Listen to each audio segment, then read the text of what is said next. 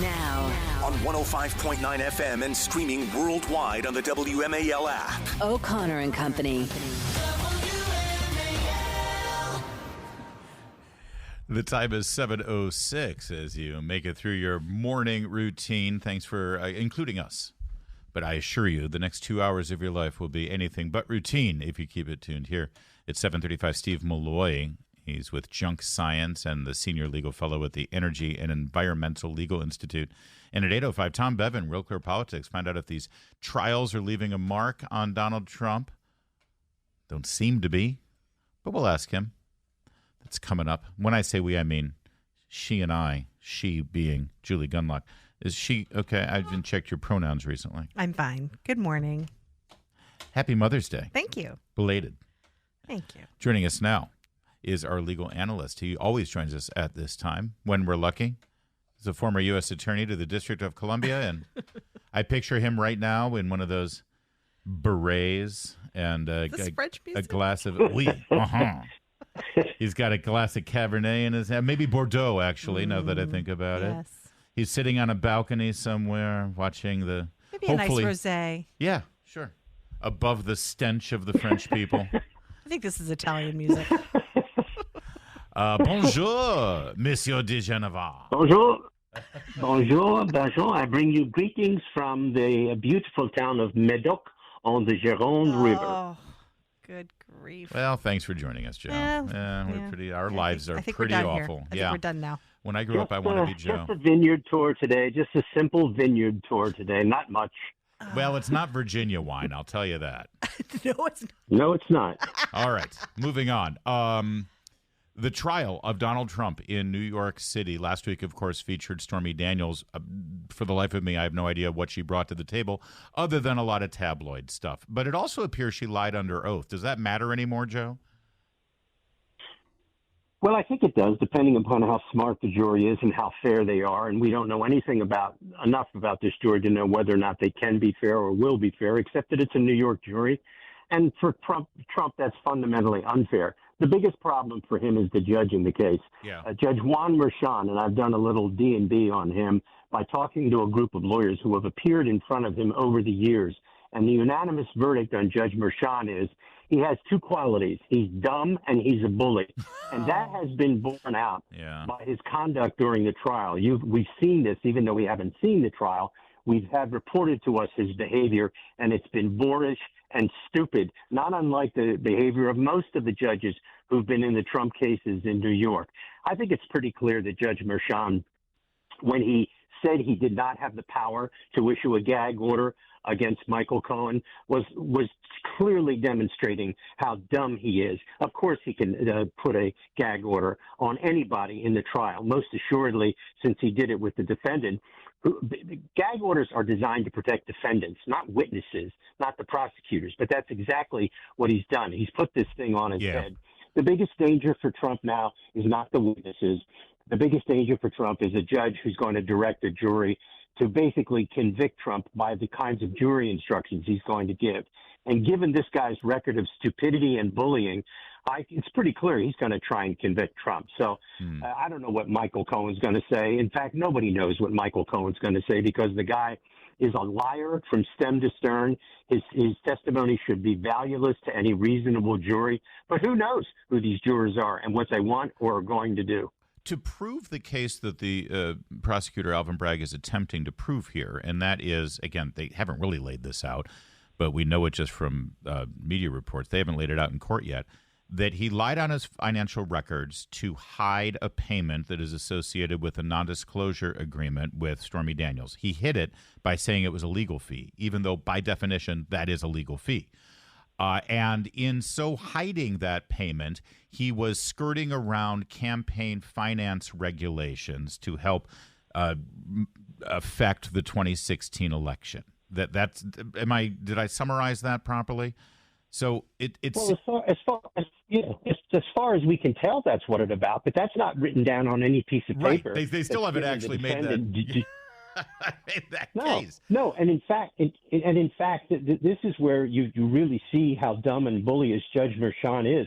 That the government should have been forced to tell exactly what it was that it wanted to prove and what the defendant was supposed to defend. Yeah. Up until this point, Donald Trump and his lawyers don't know what it is that they're supposed to defend. That's a complete denial of due process and equal protection. It's complete reversible error. I mean, this is a joke.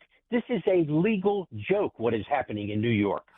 But this is where Michael Cohen's testimony, which begins today, would come in handy, I suppose, because what they're trying to prove can't just be proven forensically by some accountant. Because if they bring in an accountant that says forensically this is what they did, of course the defense will have their own forensic accountant to say no, that's normal and this is what they did. There is no objective truth there. It's really Michael Cohen's word against Donald Trump's word, Yeah, I mean, I guess that's the way to put it, even if Donald Trump doesn't take the stand. And Michael Cohen is a known perjurer. Yeah. So they've got their entire case is weighing on the good word of a man whose claim to fame is lying under oath. Is that basically all? Well, they got anything else? That is it. They have nothing else because they certainly, and let's remember, these entries were made after the election. So if all these entries, if all this was part of a conspiracy to deny, to interfere in the election, it's a hell of an interference when it occurs after the election, when the election is over. That's a great point. This is insanity. What you were watching is insanity. The reason the FBI didn't charge Trump, the reason that the Southern District of New York didn't charge Trump, the reason that Cy Vance didn't charge Trump, the reason that Alvin Bragg initially didn't want to charge Trump until he was basically mau-mau'd into doing so by this guy who wrote the book about it, that's a former DA in his office. Mm-hmm. The bottom line is there is no crime here. There hasn't been a crime proven. I don't know what Michael Cohen's going to testify to. It doesn't matter legally because what occurred was not a crime. And what you are watching in New York, this isn't lawfare. This is Marx Brothers fare. This is so bad and so stupid, and this judge is such a moron. It is incredible to me that this is being allowed to go forward. I mean, they have several appeals pending in the appellate division on issues like the gag order. The case will be over by the time the appellate division rules on the gag order. I mean, this is so outrageous and so unfair. And so I don't know how the lawyers in New York live with themselves. If they hate Trump that much, they should see a psychiatrist. By the way, before anybody jumps to the defense of the Marx Brothers here and think that they're being slandered, I think Joe means Zeppo. So that's okay, right? Joe, real fast, we want to carry on because we have other topics that we want to get to. But I noticed that Michael Cohen's lawyer, who will be sitting beside him and doing lots of media appearances, no doubt, is none other than your old friend over the years, Lanny Davis. Now, I like Lanny, is personally a nice guy, but every lawyer has a specialty. What's Lanny's specialty, Joe, that he brings to the table for this representation? I don't know. I mean, it is. I can't explain it. I mean, well, he's a political operator, isn't he? He's a political operator. Why? And a friend of the Clintons. Why you would want to touch this is beyond me. I just don't understand it. I mean, I'm sure he has a reason. I'd love to hear him explain it. I don't know if it's a legal reason, though. It's political. This is all political. All right. Joe, stay with us. I got more questions for you if you don't mind, but you know what we got to do. Sure. It's 7:15. Sure, yes. I'm sure the traffic in the south of France is pristine right now. Making sense of the news. Live from the Home Paramount Pest Control Studios. Home Paramount, the leader in pest control since 1939. On the next Vince Coglianese show, the stories ripped from the headlines and translated into the truth. Join us 3 to 6 on WMAL. He's in France, but he does grace us with his presence every Monday. He's Joe diGenova, former U.S. Attorney for the District of Columbia. Joe, this is Stormy Daniels. Bill Maher played this clip of Stormy Daniels. It's a flashback to 2018. It's in direct odds. At odds with her testimony. Listen. It is not a Me Too case. I mean, I wasn't assaulted. I wasn't attacked or raped or coerced or blackmailed. They tried to shove me in the Me Too box to further their own agenda. And first of all, I didn't want any part of that because it's not the truth, and I'm not a victim in that regard. Yeah, Joe, she sounded totally different in her testimony. I like to say she was Christine Blasey Ford cosplaying, sounding like a victim, sounding like she was coerced, she was intimidated. She says he was bigger than me, he was blocking the door. I mean, can she be brought up on perjury? What can the court do? This is clearly she lied in one of these interviews. Well, the court doesn't want to do anything because the court is complicit in this. Alvin Bragg doesn't want to do anything about her because she's his witness. So, I mean, this is what happens when you have a corrupt judicial and prosecutorial process. Trump has it right, and all of his supporters have it right. This is lawfare. It's outrageous. She's obviously lied repeatedly about everything. Her testimony is worthless. So what does the defense look like in this case, in your opinion? What will their strategy be? I might not even present a defense at this point. I mean, I don't know what you're going to say other than you. Generally, in cases like this, you present your defense through cross-examination, and I think they've done a very, very good job of that from what I've seen. And if there's anything they want to present, I'm not quite sure what it would be. I think they've torn apart the case. There is no case. They certainly have enough issues on appeal to win on appeal, but that's not what this is about. This isn't a legal matter. The government has accomplished what it wanted to accomplish, which is tie Trump up in court, although he's had pretty good access to the media by virtue of his daily press conferences in the hallway and by his other proceedings. I don't think they've silenced him very much. I think he's done a good job of complaining about being silenced without being silenced. Yeah. And I think it's backfired on them because it looks like such a bad case. Even complicit media, I mean, even the idiots at CNN and MSNBC, even those morons have asked legitimate questions about the efficacy of the case, the legitimacy of it, the testimony of the people, even though they can't help themselves with the salacious details. In point of fact, it's pretty obvious that this case is a fraud. And it does lead to the question, in light of the complicity of the New York State Bar Association and the judges sitting in the case, there's nothing you can do to get Alvin Bragg disbarred, which is what he should be as a result of presenting this case. So I think the most important thing to do when the case is over, no matter what the result is, I think because eventually it'll be thrown out on appeal, there must be a public campaign against Alvin Bragg to shame him as a public official as a result of the breach of his duties. And I think he should be made a national symbol of prosecutorial misconduct, along with Jack Smith, who is an absolute tool of Merrick Garland. I mean, this is now getting beyond anybody's ability to disbelieve that this was a complete corrupt conspiracy to do everything they could to keep Donald Trump away from the campaign trail. Yeah, and meanwhile, when Alvin Bragg is publicly shamed out of his job as a DA, then he'll take up his job as a legal analyst for CNN right next to Jeffrey Toobin on the panel there, and he'll do just fine. Joe, real fast, the Biden administration has now announced that they put a pause on shipments of arms to Israel, which, last I checked, is a violation of federal law. Isn't this what they impeached Donald Trump for? And laughingly, they say, oh, that's different. Donald Trump did it for political purposes. I don't know. It seems pretty political for Joe Biden in this case too. Oh, I don't. There's no doubt that it's exactly the same thing that they impeached Trump for, and of course it's even. But this is worse because Trump didn't do anything that wasn't consistent with U.S. policy, and what Joe Biden is doing right now is completely inconsistent with U.S. policy, and it's an example of the complete crudeness of his presidency. I mean, you are really watching a sleazeball as president of the United States to get up and mouth the words that he did to Aaron Burnett during that interview. Forget the economy, but the stuff about Israel. I mean, you really have to be one sick dude to mouth the stuff that he's mouthing. And if you're a Democrat and you're worried about the Chicago Convention, I think you need to worry about a lot more than that because I think this guy is disintegrating before our very eyes, physically and mentally. That performance on CNN was beyond belief. Yeah. Aaron Burnett as well, by the way, was a little beyond belief. God. What follow-up, huh?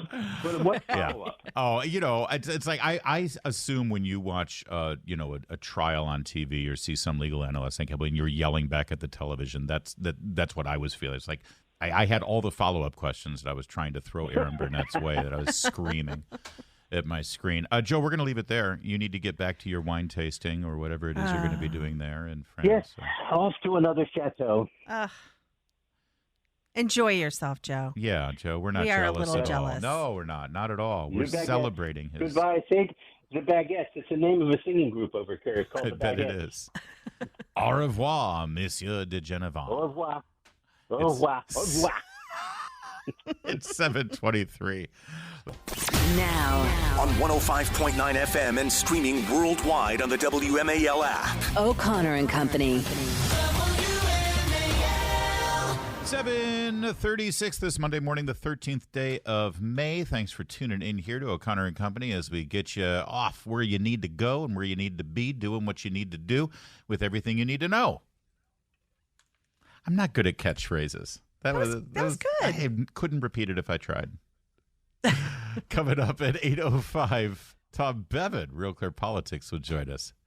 We'll find out how the events of the day, including the trials up in New York for Donald Trump, as well as the events in the Middle East, might be affecting the polls right now, especially those all-important battleground state polls. That's coming up at 8:05. I'm Larry O'Connor alongside Julie Gunlock. Good morning. Good morning to you, Julie. Steve Milloy is the proprietor of Junk Science, and he's also the senior legal fellow at the Energy and Environment Legal Institute, former Trump EPA Transition Team member. Hey, Steve, good morning. Thanks for joining us.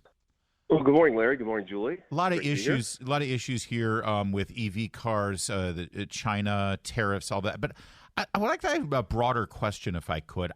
I have noticed the great work that you do, Mike Moran over at Climate Depot, the great work he does, and Power the Future, and all these great guys who are out there telling the truth about this climate change and environmental global warming hooey. And then Senator Kennedy, his questioning of people, climate change experts on Capitol Hill.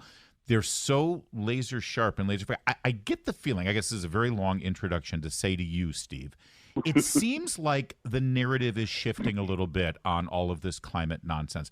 I feel like there are more informed, better informed people, politicians, and television analysts who actually call into question what science has always told us and conventional wisdom has always told us about carbon in our atmosphere and how that might relate to man-made global warming. Am I just dreaming, or is there actually kind of a very strong message going on right now that is getting picked up and it's being heard? Well, I think you're spot on, and more people are becoming aware and open to discussing this because the agenda is becoming real. I mean, they are banning gasoline-powered cars. Just this week in the Washington Post, there's a big article about how you should stop using hot water. I mean, so the agenda is becoming real. Also, the purpose of their agenda is becoming clear. I mean, these people, they're not concerned about the environment or the climate or anything like that. They want to control us. They want to tell us what to do. They want to control the economy. So, it's becoming necessary for more people to talk about this and to write about it, for conservatives especially to pay attention to it.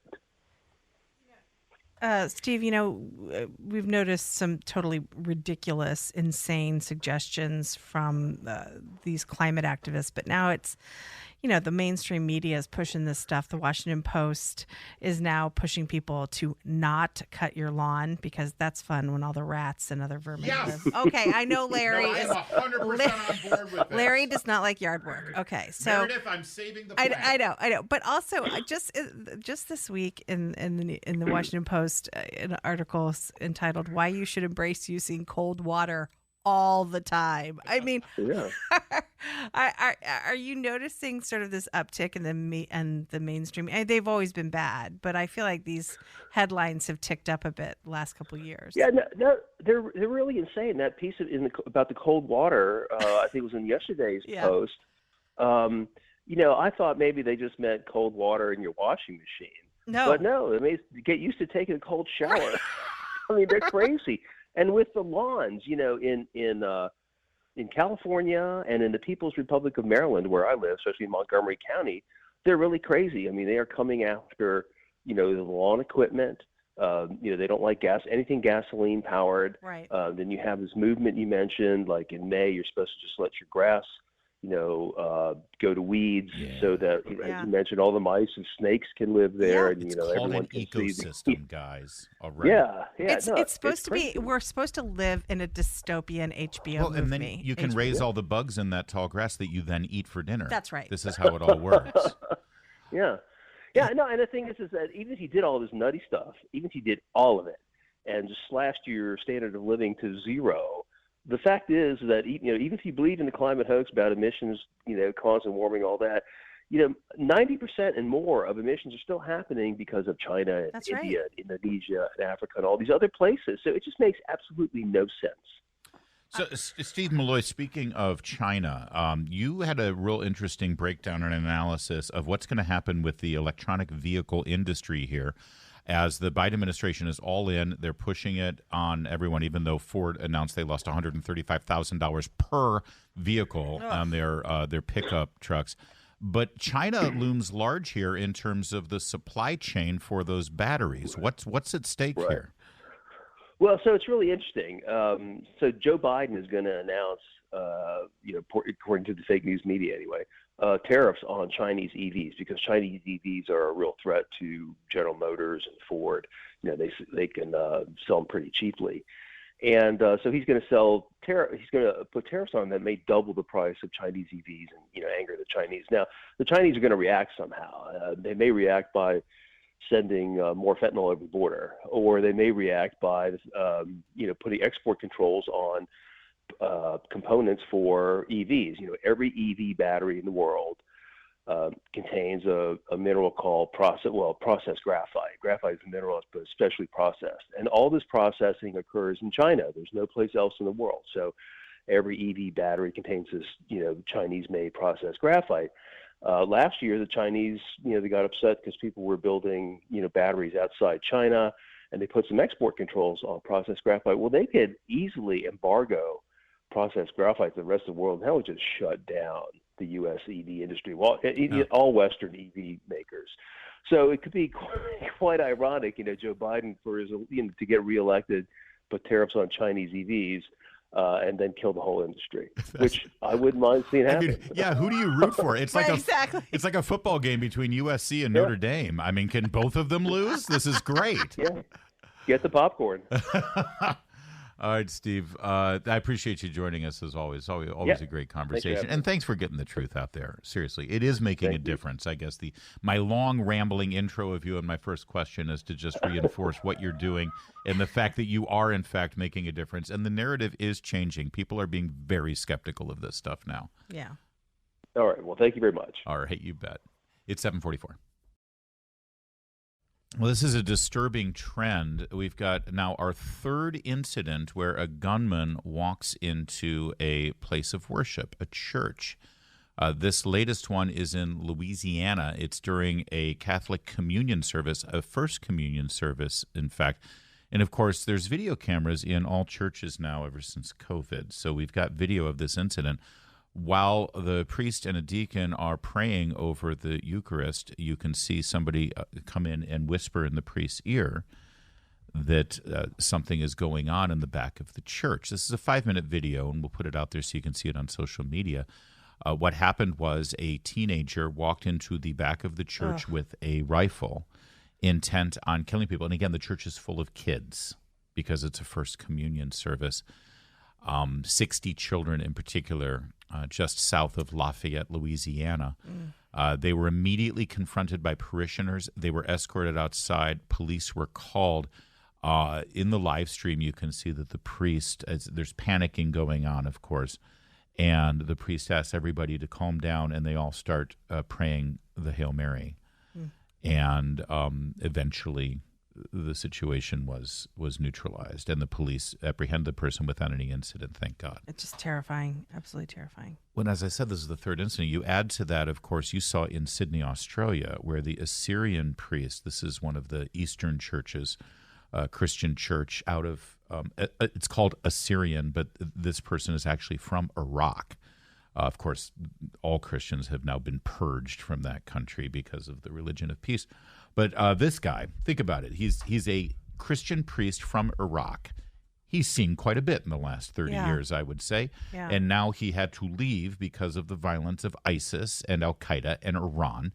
He's now gone to Australia. He is very popular, actually, in this Eastern Christian Orthodox denomination. He live streams and is very popular on YouTube because a lot of his homilies and sermons and things that he does outside of the liturgy are outspoken against the violence that radical Islamic terrorists bring to the table. And as a Christian priest, he actually thinks that Christianity is the truth and the religion of Islam is false because, he's a priest. And so he was attacked with a knife during the Eucharist. A 16-year-old Muslim walked up to the altar and stabbed him in the face. He recovered. But, he's anti-Islamic. You know what? I don't think he is. I think he's pro-Christian. But if anyone's going to be anti-Islamic, he's got a reason to be. Well, and coming also, out of ISIS and Al-Qaeda. Just because you're anti-Muslim does not mean you get stabbed in the face. Thank you. Yes, right. And then this other story it's out of Pennsylvania. Is it Philly in particular? No, it's a Pennsylvania church outside of Pittsburgh. Jesus Dwelling Place Church. Did you see this? No. It appears to be a predominantly African-American church. Reverend Glenn Germany was giving a sermon, and a man, you can see him walk down the aisle, holds up a pistol and just pulls the trigger, but the gun jammed. Well, yeah, and then he gets tackled. I think the priest also joined in the tackling, which was great. Well, first the reverend hides behind his pulpit. A deacon comes up behind him, tackles him, and then the reverend comes out and does the Lord's work. A couple weeks ago, I came into the studio and I told you the story of being in Mass and someone walking down the aisle and then turning around. And it was during the Eucharistic prayer, so a very solemn time. In Alexandria. Yeah, and walked down the aisle, turned around, held the missalette up, and then yelled something. And it scared me so bad because, everybody kind of, and the priest went on. He didn't pause. He just went on, and then he walked off, and then you could see all the ushers sort of running over to the door where he exited. It scared me so bad because of, you see incidents like this, and you wonder why people they're looking for attention or they're looking for sitting ducks, literally. It's a terrifying trend, and there's so much in the mainstream culture and media maligning people of faith. Of faith, yes. And this sort of is one of the manifestations of that. But listen, we are at war. We are at war, and we were told we were going to be at war and battle. It's right there in the Bible. But the good news is we know how it ends. We've read the end of the book, and everything's going to be fine. 7:54.